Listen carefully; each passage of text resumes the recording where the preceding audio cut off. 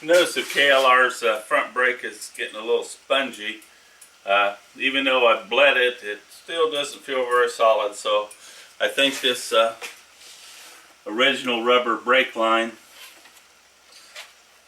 is getting a little shot. So I purchased a stainless steel line to replace it. So this video will be showing how to change out this brake line.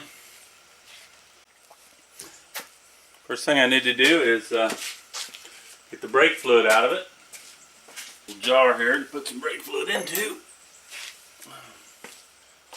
Take off the top of the reservoir. I guess first thing I ought to get a rag and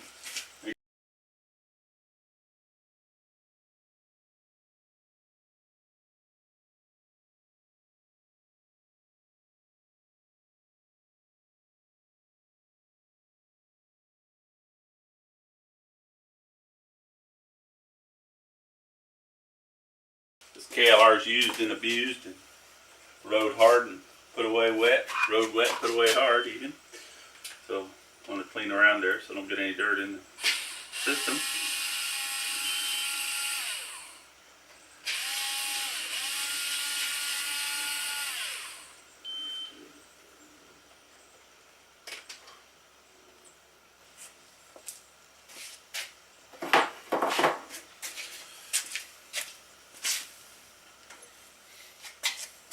Trusty turkey baster. Get what brake fluid's in here out. Not really necessary, just makes it a little less to drain out the rest of the system.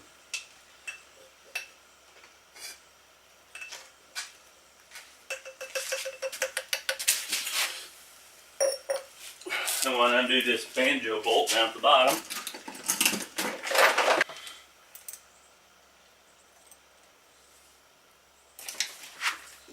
Okay, start gripping instantly, so.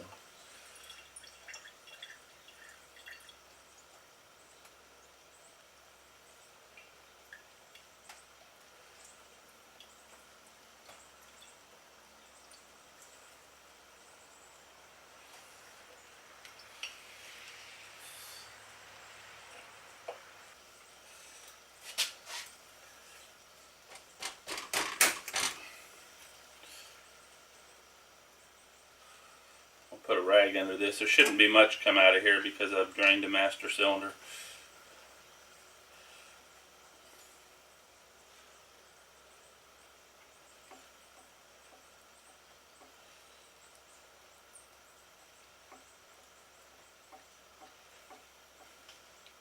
Once again, taking off the crush washers.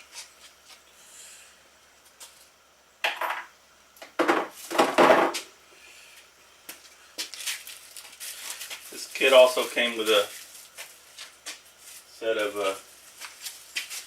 feed bleeders, so I'll go ahead and put those on.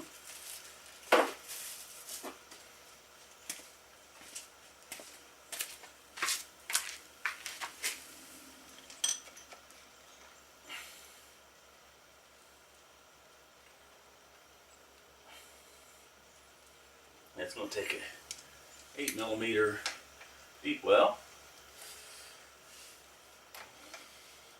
But the one on the bike's going to take a bigger one than that. So.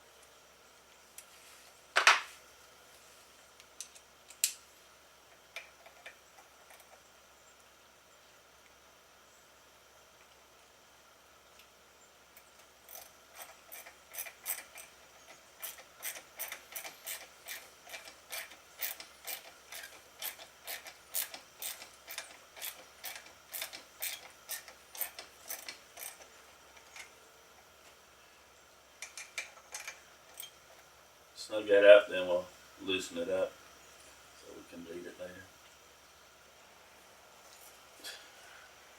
Here we're going to need to take this reflector bracket off.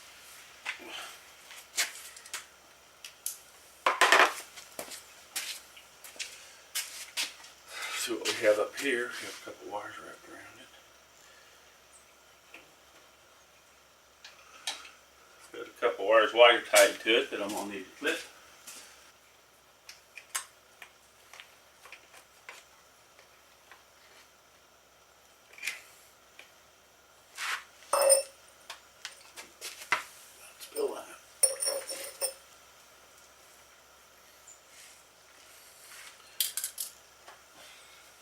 There's a clamp that holds the line right here.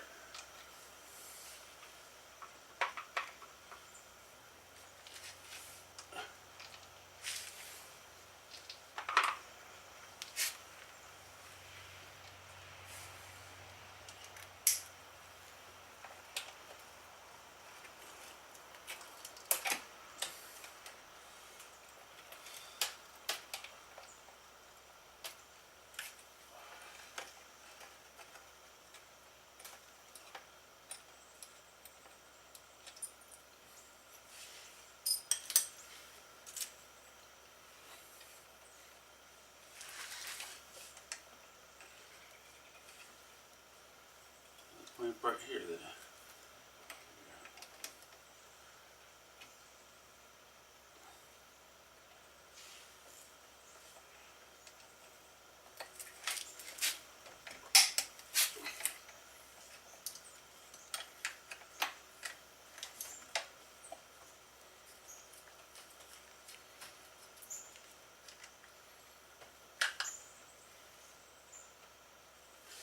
that should free up the brake line.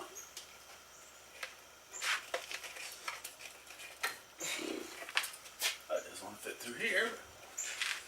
A little massaging, I guess. I always like to take the old brake line, lay it out on the floor, take the new brake line, lay it out beside it. I see that little booty stayed up here. And see if there's any parts that you need to transfer over between the two. And there's a nice spring and a keeper, but it doesn't look like there's any way to get it off of this line.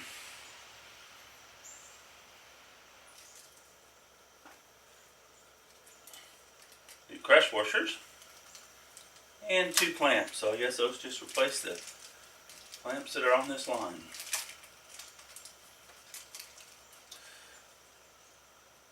And if you'll notice, the ends are different. The top one has a bend in it.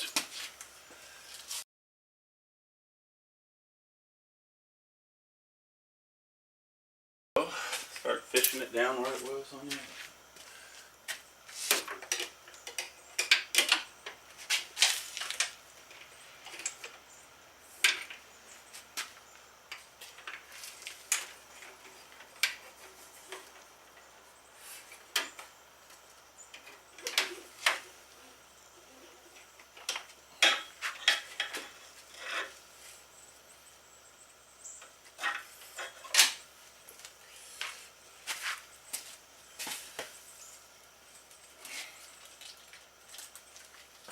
Got 2 of the new crush washers. Put one on the bolt.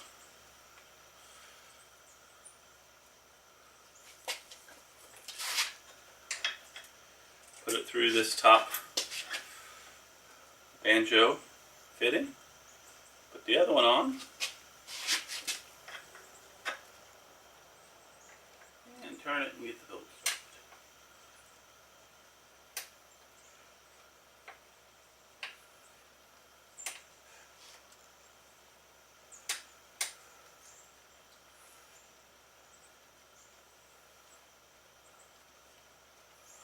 I'm just going to finger tight that right now.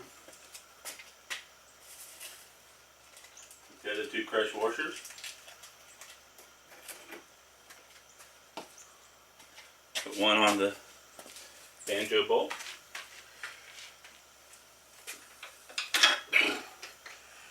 See, that looks like it's where it wants to be. Put it through the banjo fitting. Kind of guess, you know, which way it's going to want to lay. Now this side I could actually put either way. The top one had to go one way because of how the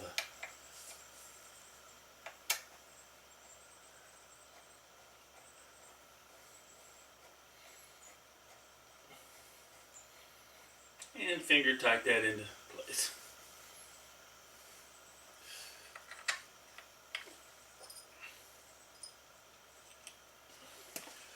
Take one of the 2 fittings, hose holders,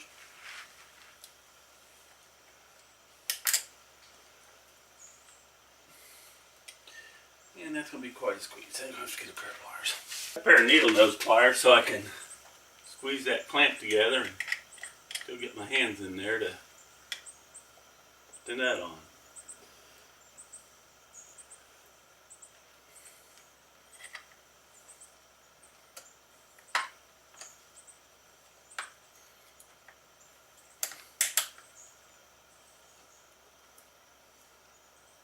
Get that bolt started.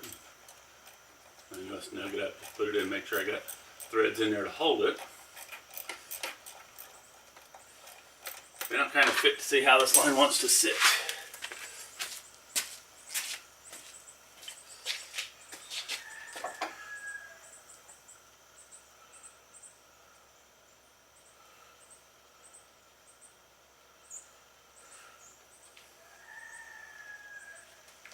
Set this where this wants to go, and I go ahead and I'll tighten it up this top banjo fitting.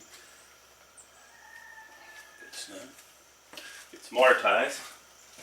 Some of these wires I'm tying up right now are some aftermarket stuff you probably won't have to deal with.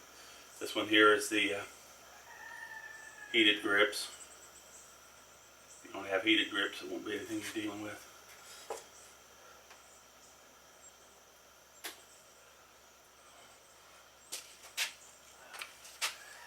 This wire here is the power wire for the GPS. Again, if you don't have a GPS, you may not have to deal with tying it up.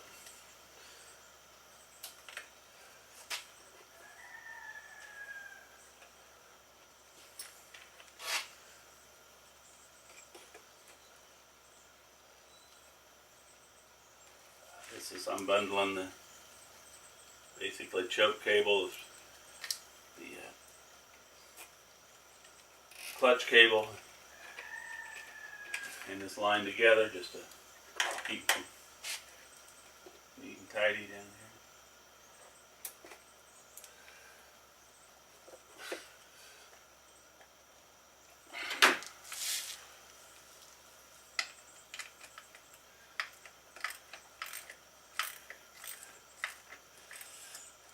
Put this clamp down on the deflector.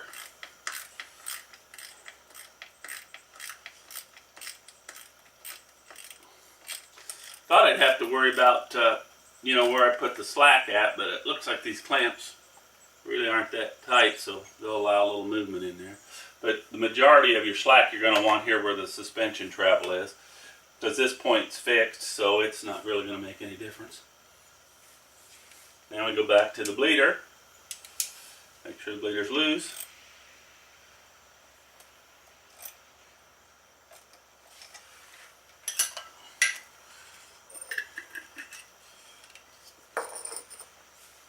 Put a little hose on the end of it.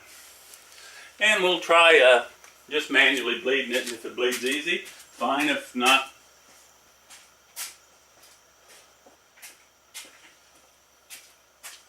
some good .4 brake fluid in it.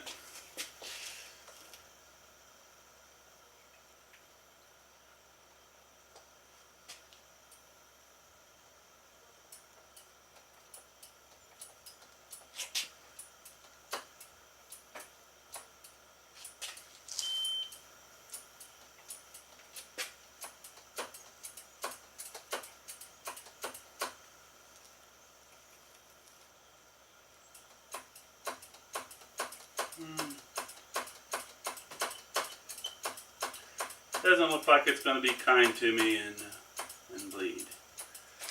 Let's try one thing else. I'm gonna take this bleeder totally out because I think this one that came with it maybe have a valve in it, and I may just not be able to get enough pressure to put that valve out. I think it may be a speed bleeder. It didn't really say, but it's definitely longer than the standard bleeder. So let's see if it'll do anything this way.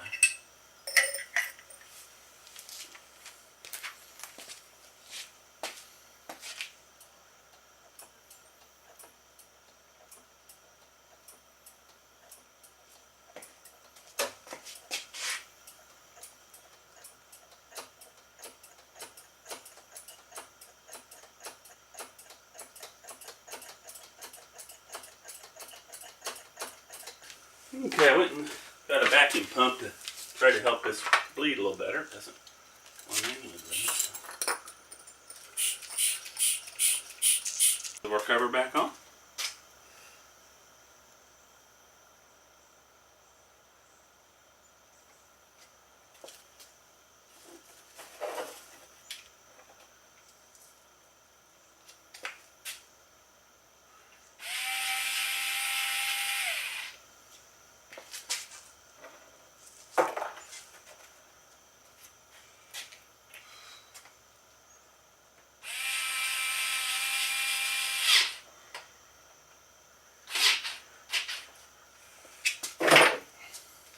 Take a rag, wipe up any brake fluid you spilled up here, because if that drips into the paint, if it's the original paint, it normally won't hurt it, but if it's any kind of aftermarket or repaint, it definitely is going to take the paint off. So, and the last thing I like to do is take my wrench around here and just make sure everything's good and tight. You don't want to over tighten it, but you do want to make sure they are tight.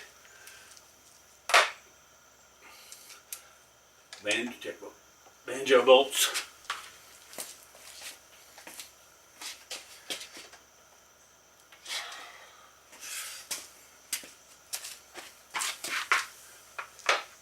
And grab the 10mm and check your anchors.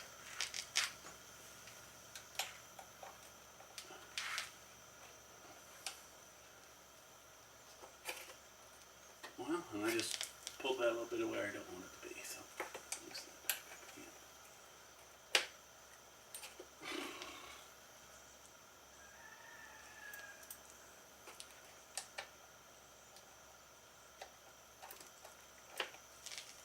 Okay.